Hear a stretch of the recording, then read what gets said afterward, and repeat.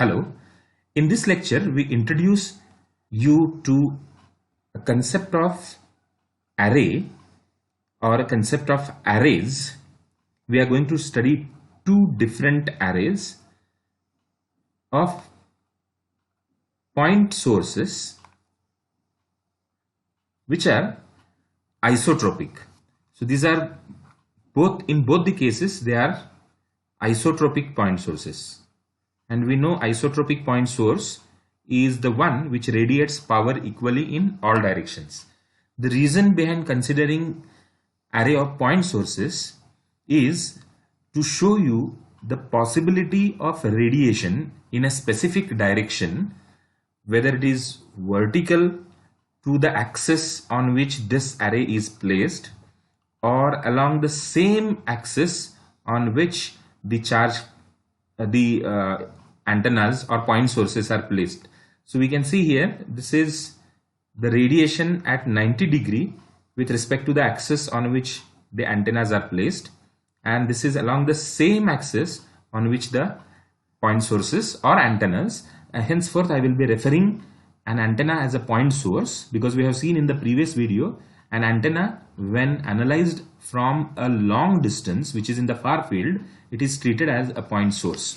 So let's continue with the first case in which we consider two such isotropic point sources, which have or which are radiating field with the same amplitude and phase. So you can imagine an antenna is radiating a field and whatever its amplitude and phase is there, the same field is radiated by another point source, and both these point sources are placed on an axis to form an array. This is the center of the coordinate system. The source 1 is placed on the left side of this axis x, and the source 2 is placed on the right side.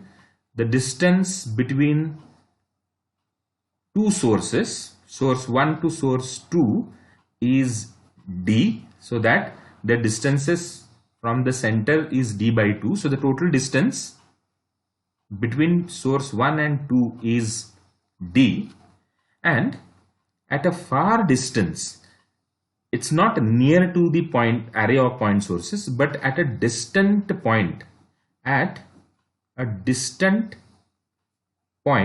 we are measuring the field radiated by these two point sources in the direction of phi. So phi is the phase angle in the direction of which we are measuring the radiated field, and we are measuring it at a distance r. So let's say this is y-axis, and let's now analyze in this case what will be the total electric field radiated by both these sources as a single array. We are first going to analyze what will be the field radiated individually by source 1 and source 2, and then we are going to study what will be the total field radiated by this array. So in order to find out this, we are measuring the field in a counterclockwise direction, as you can see here, and phi is the angle for measurement. The origin is taken as the center, and the two point sources are placed at a distance d, and this distance d is in meters. So what we need to do first is to convert this distance d, which is in meters, we need to convert it into radians, and that can be done by representing this distance d as dr. So the radiation of these two fields, as we have rightly pointed out in the statement itself, it is same in amplitude and it is same in phase. But since the measurement is being done from the center, and with respect to center, one point source, that is point source number 2, is on the right side, that is on the positive x-axis, and another point source number 1, is on the negative x-axis, there will be definitely a phase variation in the field radiated by these antennas. And that can be explained as the field radiated by point source by source 2 is advanced by a factor 1 by 2 dr cos phi. You can see here, if we make an angle and this we treat it as a 90 degree, then this is d by 2 and this is the angle phi we are considering. So obviously it is dr cos phi. It's 1 by 2 dr cos phi. Why 1 divided by 2? Because it's actually d divided by 2, and from where this term dr came, as I mentioned earlier, dr is distance measured in radians, which is represented as 2 pi by lambda into d. D is a distance in meters. So this 2 pi by lambda is nothing but phase beta, and it becomes beta d. So in the first situation, since the measurement is done on the point source number 2 side, the field is advanced by a factor 1 by 2 dr cos phi, whereas in the second case, since the point source number 1 is on the left or negative x-axis side, the field is retarded by the same factor dr by 2 cos phi. You can see here it is dr by 2 cos phi advanced from source number 2, and in the second case from source number 1, from source 1 the field radiated would be retarded by a factor dr by 2 cos phi, where dr is 2 pi by lambda d. Now let's represent what will be the total electric field when it is received. Total electric field when it is received at a distant point at r. You can see in the diagram we are measuring the field at a distance r, which is at far distance, and we are measuring in the direction phi. So we can simply add these two terms. Actually we are not adding these two terms, we are adding the field term. This is the phase term. dr by 2 cos phi advanced and dr by 2 cos phi retarded are the phase values from field from source 2 and field from source 1. So let's represent E, the total electric field, as E0. E0 is the magnitude of the electric field. E to the power minus j psi by 2. Now this is a new term introduced here. I will tell you what is the meaning of psi, plus E0 again. E0 is magnitude term. E to the power plus j psi by 2. Now we can see in this the term psi is taken from this equation. In both these terms, whether it is minus or it is plus, the term psi is taken from this term dr by 2 cos phi. In both these cases, the only difference is in one case we have represented by negative, and in other case we have represented it by positive. So you can understand, in the case where we have written negative, it is representing the retarded field, and plus is indicating the advanced field. Whereas psi by 2, if you see this equation, it is dr cos phi by 2. Psi by 2, you can understand, is the term representing where psi is representing dr cos phi. So the term psi by 2, what we have taken is nothing but dr by 2 cos phi. This is the term by which in case of source 1 the field is retarded, and in case of source 2 it is advanced. So let's E0 is, as I mentioned earlier, it is the amplitude or magnitude of the field. So let's now modify this equation which we have represented here as addition of the two terms, which is E0 e to the power minus j psi by 2 plus E0 e to the power plus j psi by 2. Let's rewrite this equation, and while rewriting this equation we are only considering how we can introduce a trigonometric term.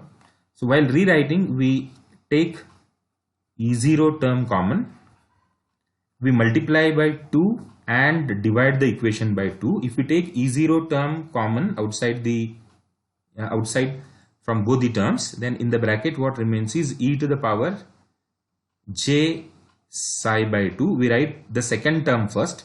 The second term was positive, you see the previous equation, and then plus e to the power minus j psi by 2. The purpose of writing this term in this way is the term inside this box, according to trigonometric identity, represents cos psi by 2, and this is exactly what we needed in order to represent the total field radiated by this array of two isotropic point sources of equal magnitude, same magnitude and in phase, and this 2E0 term will remain as it is. So 2E0 cos psi by 2 is what we get after rearranging the terms, and as we have seen, psi is nothing but dr cos phi. So let's substitute, since psi is dr cos phi, let's substitute it back in this equation, so that the total field equation now becomes 2E0 cos of, in place of psi we put dr cos phi, it is dr by 2, we'll take separate and then write cos phi.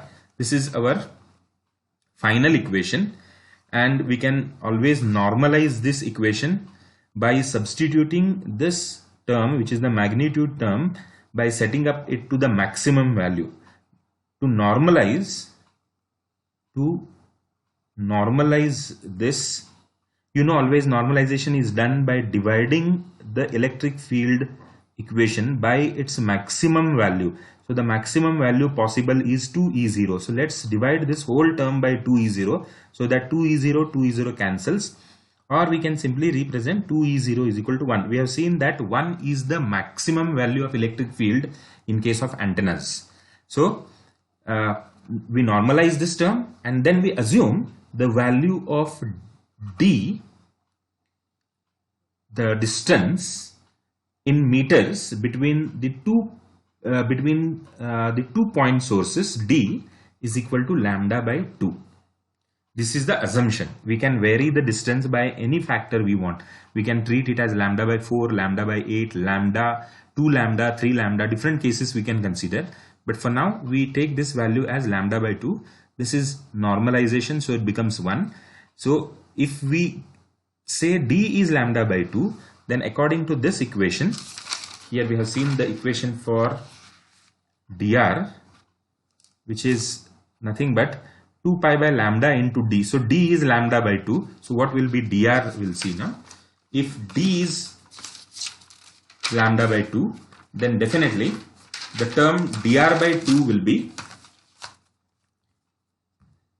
the term dr, which is 2 pi by lambda into d, will be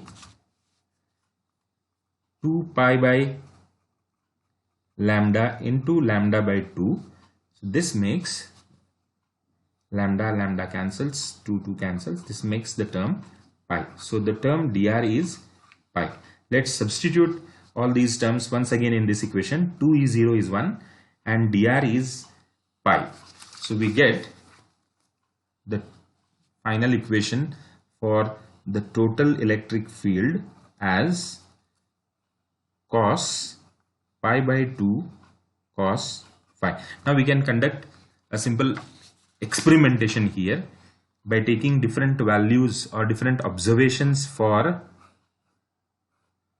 this angle phi and note down the E total value. So we can take only 2 readings for now, because we know that cos phi 0 is 1, which makes cos of 1 equal to, in fact I should write one more term here as cos of phi. So when phi is 0, cos phi becomes 0. When cos phi is 0, cos 0 becomes 1. But since this term becomes 1, we get the value for cos pi by 2, and cos pi by 2 cos 90 gives us the total electric field as 0. And if you substitute here cos 90 pi by 2, then cos 90 is 0 and cos of this whole term 0 gives us 1. So between 0 and 1, 0 is null and 1 is maxima. So for these two cases, we can see the radiation pattern that we get for this particular array is having maxima in the direction of 90 degrees.